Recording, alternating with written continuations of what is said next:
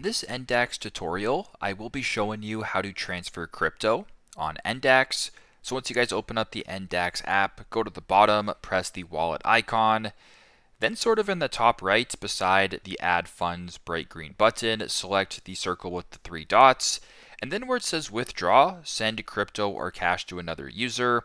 Right below that it says transfer, send crypto to a friend instantly. We're going to go ahead and select the transfer option. Once you're on this page right here, you can send cryptocurrency as a gift. So you can go ahead and type in the recipient's email address. You can then type in a message for the recipient as well.